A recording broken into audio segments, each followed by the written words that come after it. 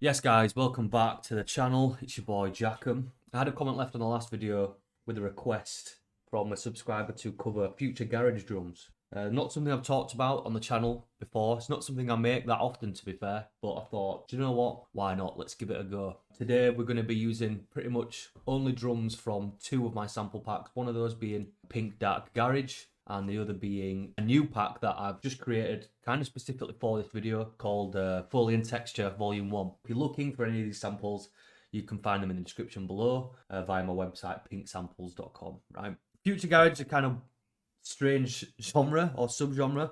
A lot of different styles kind of fall under that bracket, under that umbrella. But for me, when I hear kind of the term future garage, I'm thinking of garage that's a bit less dance floor, so it's a bit less direct and kind of impactful, I guess. A little bit less transient heavy, perhaps, less heavy sounding on the drums. A lot more of a softer, more gentle feel and approach, and also more of an organic feel. And again, this is why I've made this sample pack. We're going to need some Foley sounds, we're going to need some nice texture sounds to kind of get the vibe going. We're going to be essentially going about things in a very similar way as we did in the last session.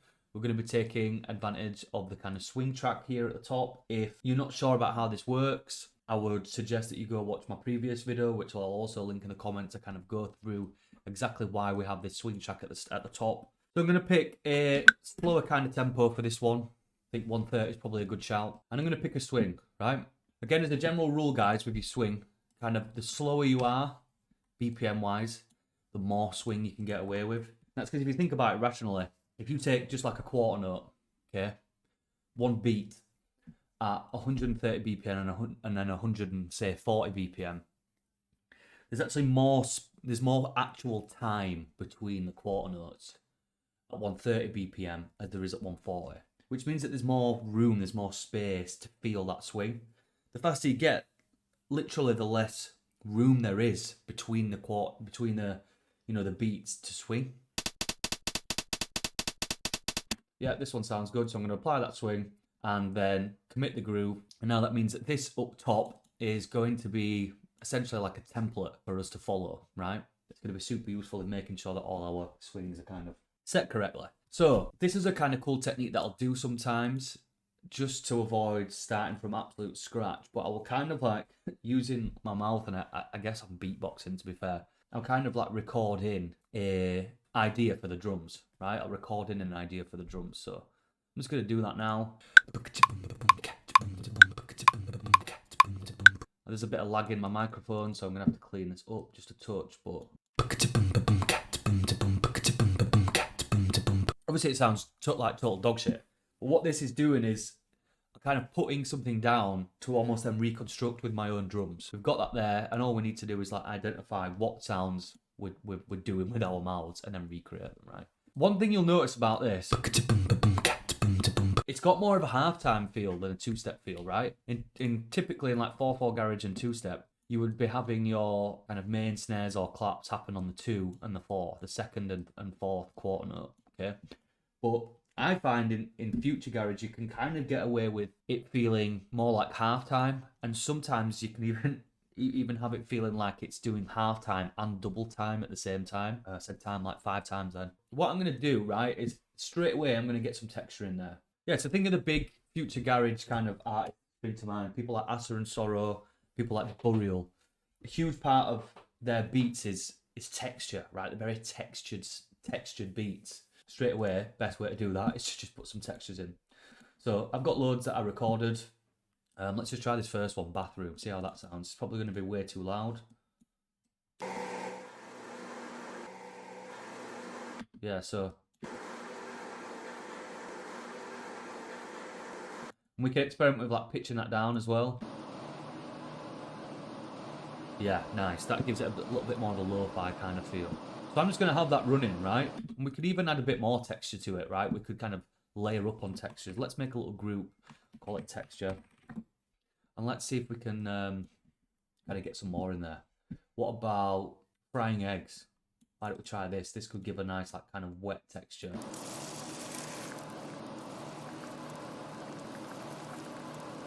Yeah, nice. Almost has like a lo-fi kind of vinyl effect.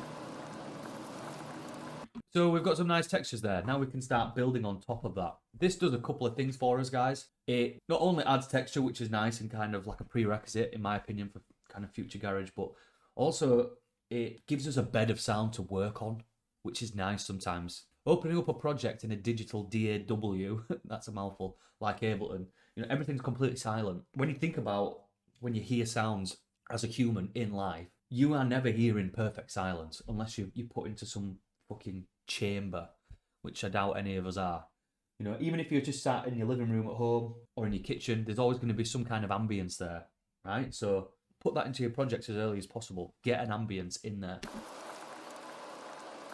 So yeah, let's just first off get some hi-hats in, right? Offbeat hi-hats is always a good place to start. It's kind of like an anchor sound in the beat, I would describe it as, in that, you know, there's normally a pretty strong sound there, so.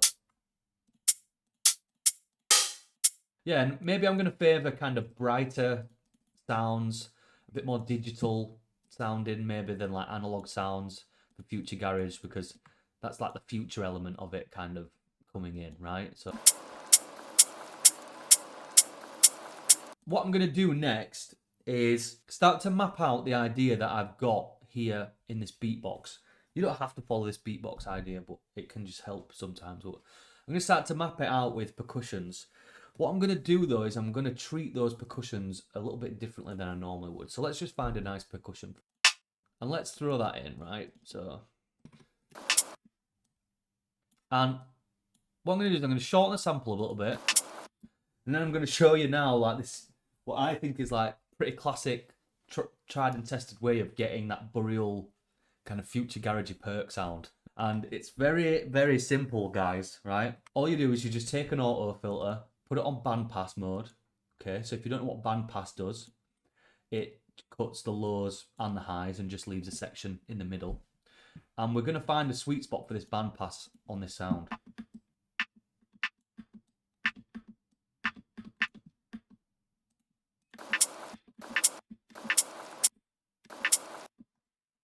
And then you get this kind of sound, right? Like this lo-fi kind of really minimal, like almost just like it's like a knocking sound, right? And we can adjust the actual sample volume, maybe mess around to find a little sweeter spot on the filter.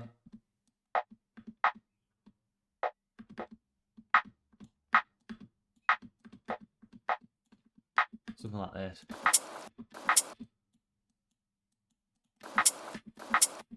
Yeah, nice. And then I'm just going to go through and kind of do this same thing with loads more percussions and kind of map out, I guess, where I need the strong percussion points, right? In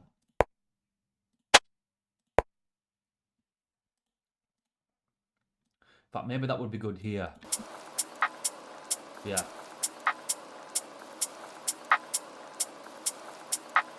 Yeah, cool. And then we can find a different sample maybe for here, right? So again, every time I'm adding a perk in, guys, I'm lining it up with my swing at the top. Now, you can afford to be a little bit looser with your timings in future garage if you want, right? Don't be, you know, you can go a little bit to the left and to the right of the swing, but don't travel too much because it'll start to get a bit freaky. So straight away, you hear like that without the filter. With, you know, with the filter on, it just kind of sounds a little bit more future garagey. I don't know how else to put it. Yeah, cool. So let's now let's get a kick in there as well, right? Let's get a kick. Something like this, maybe. And what I'm trying to do is I'm always trying to make sounds a bit more lo-fi if I'm doing future garage. You know, make them a bit like kind of dodgy sounding. I'm making this kick as short as I can. And I might even just take off like loads of the high end.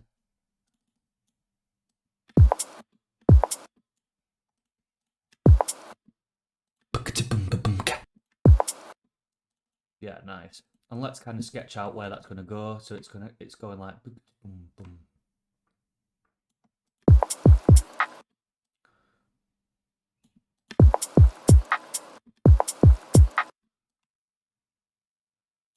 Yeah, boom, boom.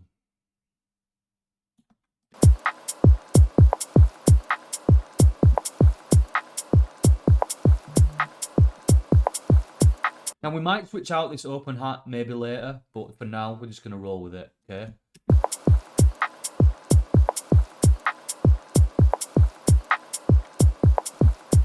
And again, right, I just want to show you how important these bandpass filters are. If I take the bandpass off this kind of main snare now, just doesn't sound right. With it on,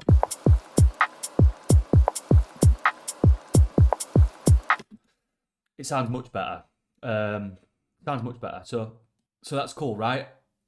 What we can do now is just start adding more and more percussion in, okay?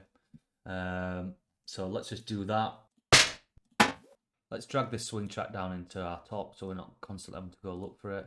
And I'll normally just instantly, like straight away, before I even listen to the sound in the mix, I'll just put the bandpass on it, right? Because I'm trying to force myself to think in this lo-fi kind of state of mind.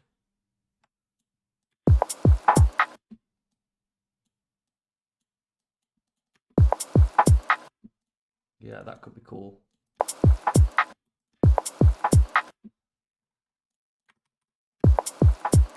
Once we've got this tonal balance kind of figured out, what you can also then do is just like bounce the track in place. So it's all of the effects are baked in. And we can now like pitch this up and down.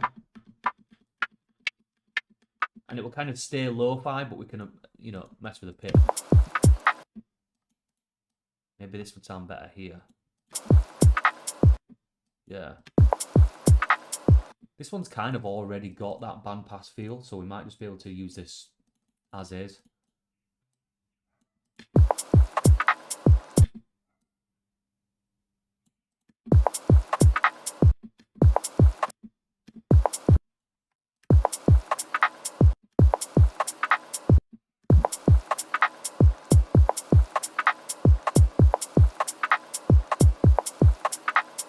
Yeah, nice. So what I'll probably now implement, because this texture is a little bit too much, I want to give I want this feeling of like, almost like super compressed, like the texture is kind of dancing around the percussions. So to do that, I'll probably just use something like Duck, right? Which is just a sidechain. And I'm just going to do like probably a really quick 16th note sidechain and take the input from the drums, okay?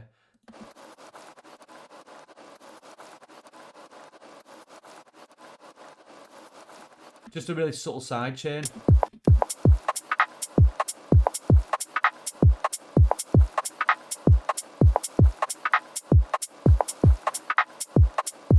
Okay, that doesn't sound quite as good as I expected it to, which is fine. So what I'll instead do is probably just take it from, you know, what are the main perks here? We'll take it from 6, which is acting as like the main snare, and we'll take it from the kick here.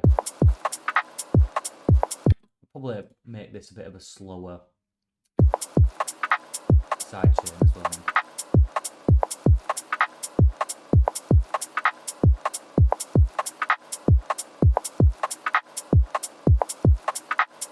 And we could probably turn this texture down a little bit as well. It's really difficult sometimes, guys, to feel and to understand how loud the texture should be. It's really difficult. I get it wrong often myself sometimes. Kind of just got to feel it out as you go. Generally, what I always find is that the more drums you start to add, the quieter your texture can then become, because you've got other things taking up that space that the texture was kind of filling up before.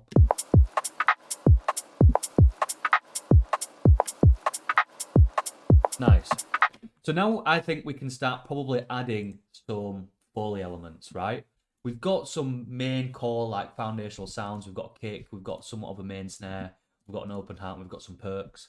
So at this point, we can really start going wild with textures to try and find just some like cool shit, cool organic kind of vibe. So let's go into Pink Foley and Texture Volume 1. And let's look through some of this stuff, right? So we've got like, let's have a think. Maybe some of these paper samples could be cool. So I've shown this in a previous video, but this is one way that I really like to mess around with these big long textures, is I will turn warp off and then warp back on.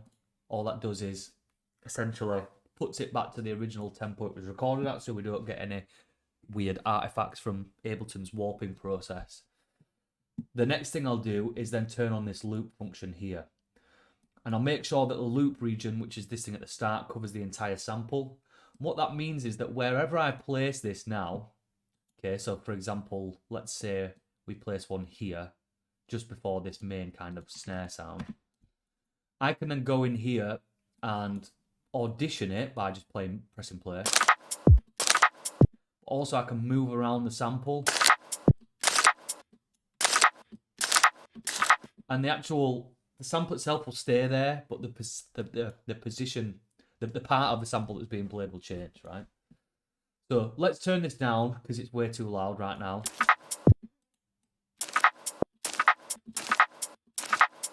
And we can just look for sweet spots. Again, what we can also do is kind of pitch it down.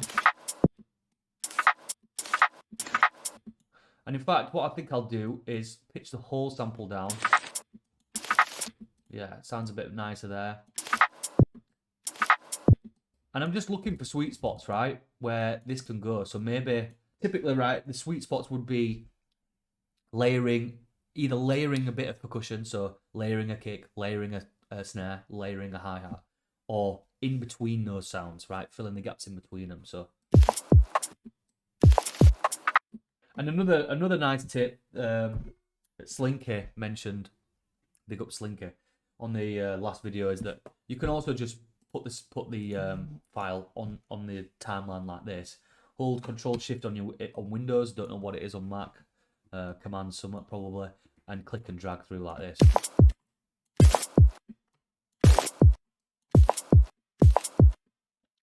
So even something as subtle as this, right? I'm going to turn it down again. Yeah, like a nice reverse, right?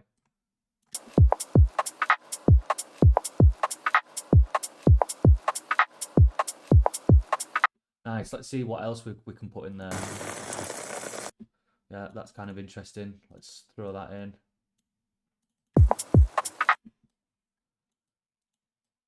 And like having almost like call and response in your textures. So if we have the texture on here,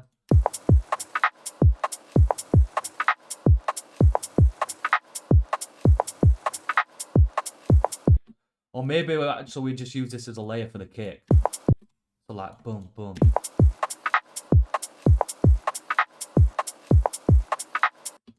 And maybe if we add like a fade to it.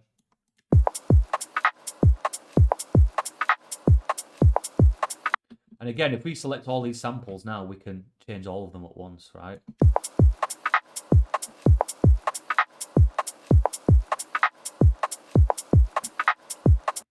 Let's add a more intense sidechain to this as well, to the texture.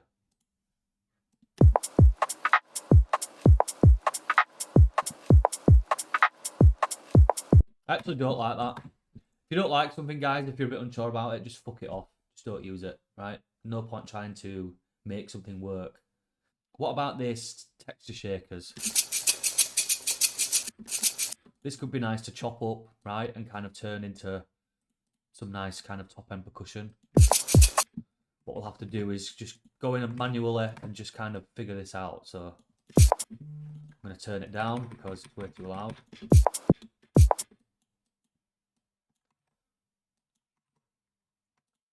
Let's take this bit, maybe have that there. I've talked about this in previous videos, guys, but when you're lining up your shakers, remember that there's normally like a little pre-fade in a shaker, right? This little fade up. If I maximize that, you can see the start of the sample isn't necessarily the main kind of meat of the shaker. So don't be afraid of lining up kind of the main bit of the shaker and allowing a bit of like a pre kind of fade in, so to speak. Yeah, this could be nice. Again, I'm just gonna copy this across, kind of look for another spot that sounds good.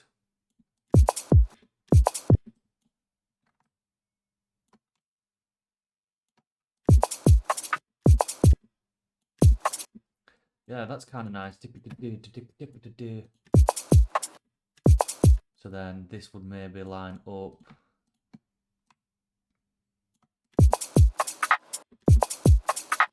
Yeah, cool.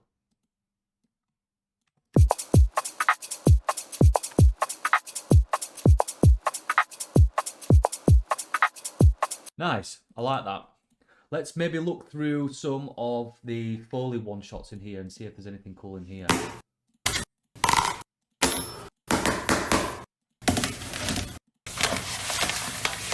Yeah, so some of these is probably cool. Again, I'm just going to turn warp off. And let's look at something like maybe like this.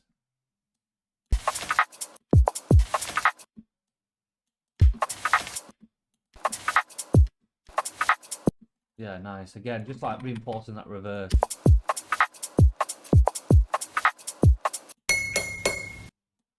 Cool. So we've got some kind of bright, almost like bell-like tones here.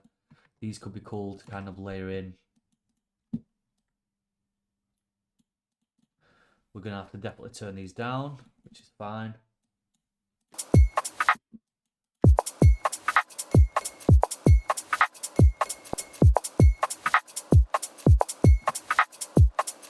I just like that first one. That's quite a cool little sound. Again, using kind of organic sounds like this is going to get you pretty close, guys, because it's just such a staple of the genre, in my opinion. Kind of organic sound. Yeah. Almost sounds like a kind of tom.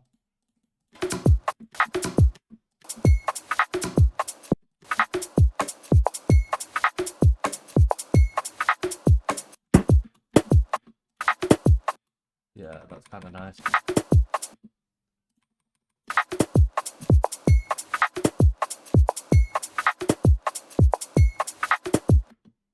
Potentially, we can try out the bandpass thing again. Yeah. Mad, just adding that bandpass.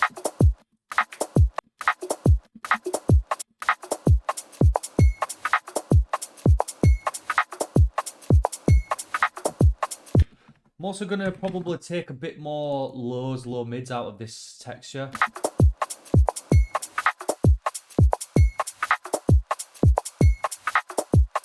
Yeah. Now, obviously, we're just working on a little 2-bar loop at the minute. So things are going to start to sound repetitive, but this is how I work, guys, because I really want to make sure that something sounds good looped on a 2-bar first, and then I can worry about going through and, you know, varying certain sections and making them sound different, you know, using different fills and all that kind of stuff. I'm really more focused on getting that initial loop solid first, because it's going to be the foundation of the entire track, right? And again, just have fun with this, guys, right? Ooh. Like, that's cool as fuck. That little, like, reverse thing.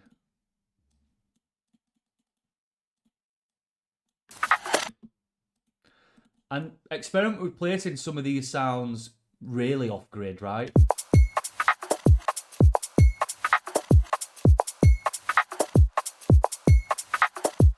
Like that just adds like this weird kind of push-pull vibe.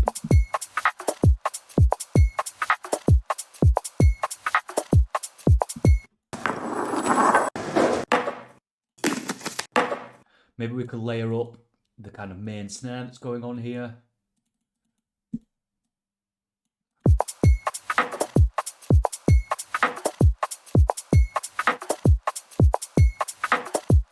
Yeah.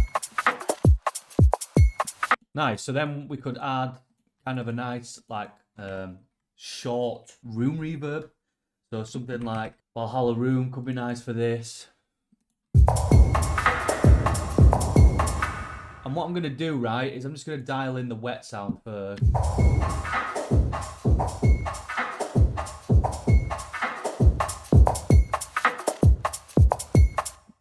I'm going to take out probably a little bit of this low end in the verb.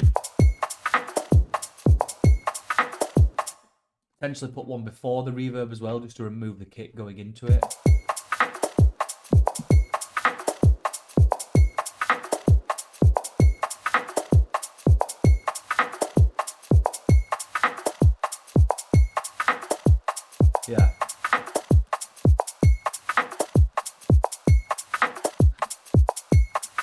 Now the thing is here, guys, right? Remember the genre that we're working with. Future Garage has not been Future Garage is not like a big dance floor heavy, hard hitting subgenre. You know, it's almost like the dub techno of garage. So we're not looking for big, hard hitting, aggressive sounding drums. We're looking for kind of like soft, textural drums. Okay, so if it's your first time making this, try and fight the inner habits that you have in trying to make snares sound fat and huge and massive, right? We could probably, if we wanted to, reinforce maybe this main snare a little bit to give it a bit more transient, because maybe it's lacking a touch of snap, but try not to take it too far. So maybe I could layer in something like this, quiet.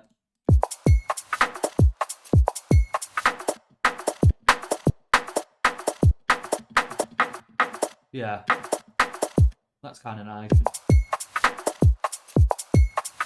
These are probably like good to go. Definitely good to start a track with, I would say. What I'm going to do quickly now is just kind of I'm going to write like a really simple idea to it, just so you can see how this would sound in terms of a full tune. Future garage vibes, right? And it's interesting because this is more on like the halftime feel, but if you wanted to go on the double time feel, it's the exact same process, but you just, make it halftime. Super simple. Okay, yeah, so this is what I've managed to come up with, guys. Again, we're not going to win any awards, but I just wanted to show you kind of what this would sound like, maybe with some more instrumentation.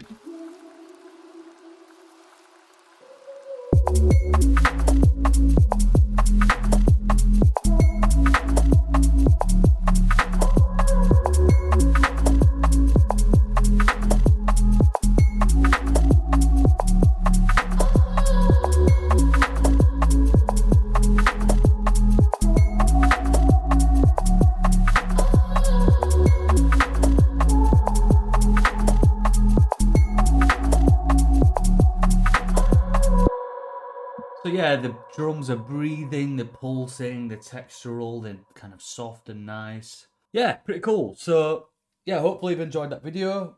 If you're looking for any of the samples that I've used in here, they're in the description. And yeah, thanks for watching, guys. Let me know if you want me to cover any other kind of styles. And yeah, I'll see you on the next one. Lots of love, guys. Bye-bye.